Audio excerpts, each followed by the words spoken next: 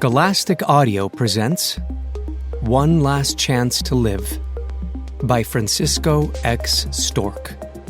Read by Christian Barillas. Mr. Cortázar made a solemn promise during our first class that he will never read what we write in our journal. He will look at the word count, and that's it. "You can copy the Hunts Point Express, and I wouldn't know it," he told us. "You need to be absolutely certain no one will read what you write for a journal to work its magic on you."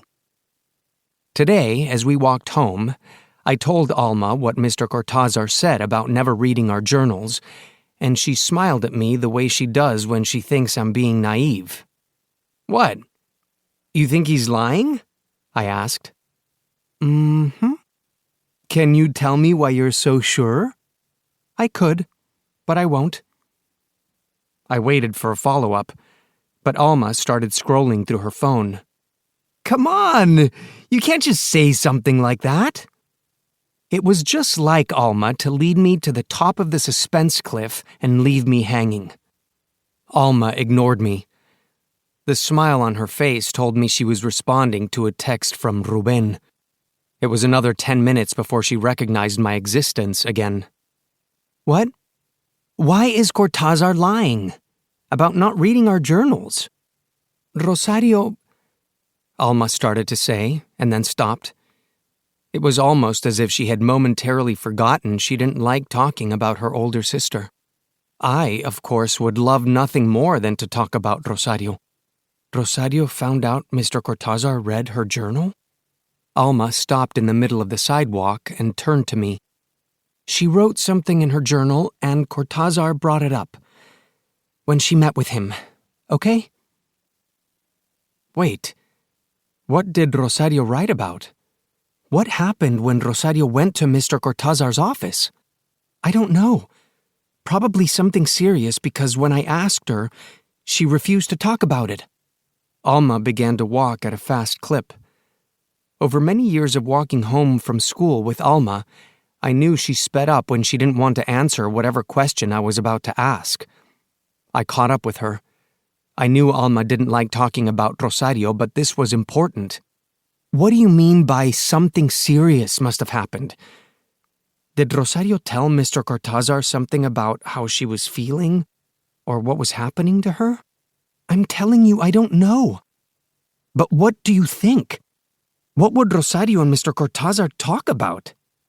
Did Mr. Cortázar put a move on her?" "What? Why do you keep looking at me as if I'm stupid?" Maybe..." I grabbed her arm and pulled her back onto the curb. A big white truck honked.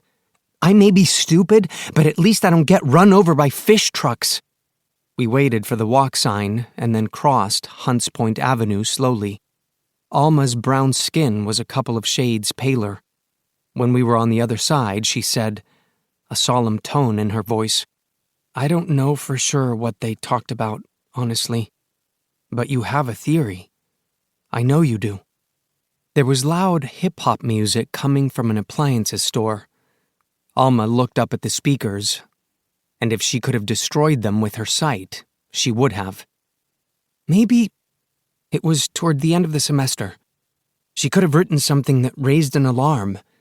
You know, teachers are supposed to recognize signs of depression, etc.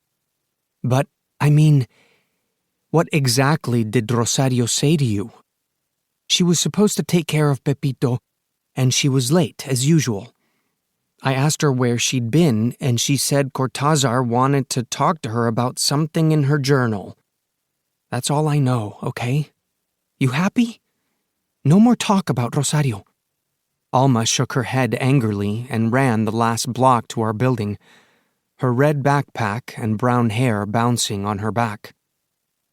I let her go and ducked into Rosario bodega to buy a caffeinated energy drink, in hopes it would stimulate my brain enough to understand what the hell had just happened.